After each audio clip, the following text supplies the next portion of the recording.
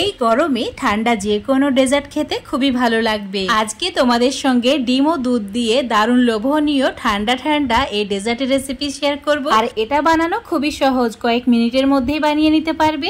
আজকের এই দারুণ লোভনীয় ডেজার্টটা বানানোর জন্য লাগবে ডিম। তো এখানে 3টি ডিম নিয়েছি। যদি তোমরা বেশি পরিমাণে বানাতে চাও তো ডিমের পরিমাণটা বাড়িয়ে নিতে হবে। তো ডিম 3টি একটা বাটির মধ্যে নিয়ে নেওয়ার পর এইভাবে একটু ফেটিয়ে নিতে হবে। 3 মিনিট সময় ধরে ভালো করে ফেটিয়ে নিয়েছি। ঠিক যখন এইরকম দেখতে হবে এটাকে সাইডে রেখে দিতে হবে।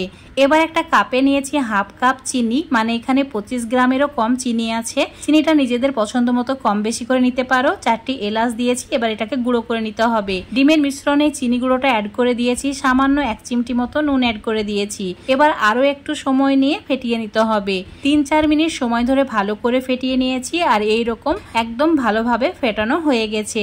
দেখেই বোঝা যাচ্ছে একদম পারফেক্ট হয়েছে। তো এবার একটা বড় বাটির ওপরে এরকম একটা ছাকনা নিয়েছি।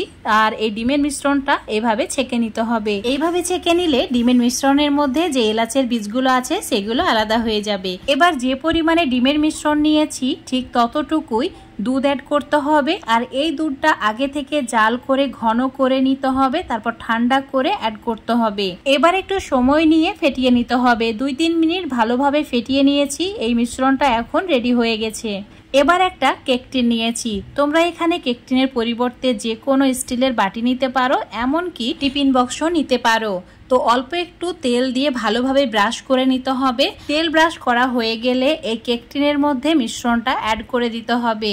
এখন আর নাড়াচাড়া করলে হবে না। এখন এই মিশ্রণটা ঠিক এইভাবেই রেখে দিতে হবে। এবার চুলোর উপর একটা কড়াই নিয়েছি। কড়াই 1 গ্লাস জল দিয়ে একটা স্ট্যান্ড বসিয়ে দিয়েছি। ঢাকা দিয়ে 5 মিনিট গরম করে নিতে হবে। চুলোর ফ্লেমটা এখন বাড়িয়ে দিয়ে যে কেক টিনের মধ্যে মিশ্রণটা রেখেছিলাম সেই কেক টিনটা এইভাবে স্ট্যান্ডের উপর বসিয়ে দিতে হবে। ঢাকা দিয়ে 15 মিনিট হাই ফ্লেমে স্টিম করে নিতে হবে।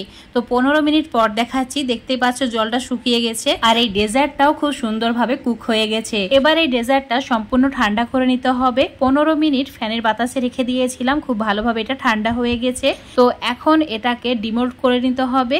তো একটা ছুরি দিয়ে ঠিক এভাবে সাইডটাকে আলাদা করে নেওয়ার পর প্লেট দিয়ে উল্টো করে নিলেই খুব সহজে এটা ডিমোল্ড হয়ে যায়। এবার এখানে অল্প একটু পেস্তা এইভাবে গ্রেট করে অ্যাড করে দিচ্ছি। নিজেদের পছন্দ মতো বিভিন্ন ধরনের ড্রাই ফ্রুটস দিয়ে এটা ডেকোরেট করে নিতে পারো। যেটা দেবে সেটা দিয়েই ভালো লাগবে খেতে। এটা খেতে খুবই সুস্বাদু হয়। যদি খুবই ঠান্ডা খেতে চাও তাহলে ফ্রিজে রেখে দেবে 1 ঘন্টা মতো। একদম চিল্ড হয়ে যাবে আর খেতে খুবই ভালো লাগবে। তো এইভাবে ছোট ছোট টুকরো করে নিচ্ছি, তারপর সার্ভ করে নেব। তো আশা করছি আজকের এই ডেজার্টের রেসিপিটা তোমাদের ভালো লেগেছে। ডিম আর দুধ দিয়ে ঝটপট বানানো যায় এমন একটা ডেজার্টের রেসিপি তোমাদের সঙ্গে শেয়ার করলাম। তো ডেজার্টের এই রেসিপিটা যদি তোমাদের ভালো লেগে থাকে অবশ্যই লাইক শেয়ার কমেন্ট করে দেবে। ফেসবুক পেজ থেকে দেখলে পেজটাকে ফলো করে নেবে। ইউটিউব থেকে দেখলে চ্যানেলটাকে সাবস্ক্রাইব করে রাখবে আরও এরকম রেসিপিগুলো পাওয়ার জন্য। এখন এত গরম পড়েছে যে ঠান্ডা যে কোনো ডেজার্ট খেতে খুবই ভালো লাগবে। তাই ঝটপট বানানো যায় এইরকম ডেজার্ট রেসিপি তোমাদের সঙ্গে শেয়ার করেছি। অবশ্যই বাড়িতে একবার এভাবে বানিয়ে খেয়ে দেখবে, তারপর কমেন্ট করে জানাবে। হঠাৎ বাড়িতে অতিথি আসলে আর এইরকম ডেজার্ট এই গরমে যদি পরিবেশন করা হয় অতিথি অনেক বেশি খুশি হয়ে যাবে। এমনকি প্রিয়জনদের বানিয়ে খাওয়াবে। তো বন্ধুরা আজ এই পর্যন্ত। আবারও দেখা হবে এরকম কোনো সহজ রেসিপি নিয়ে।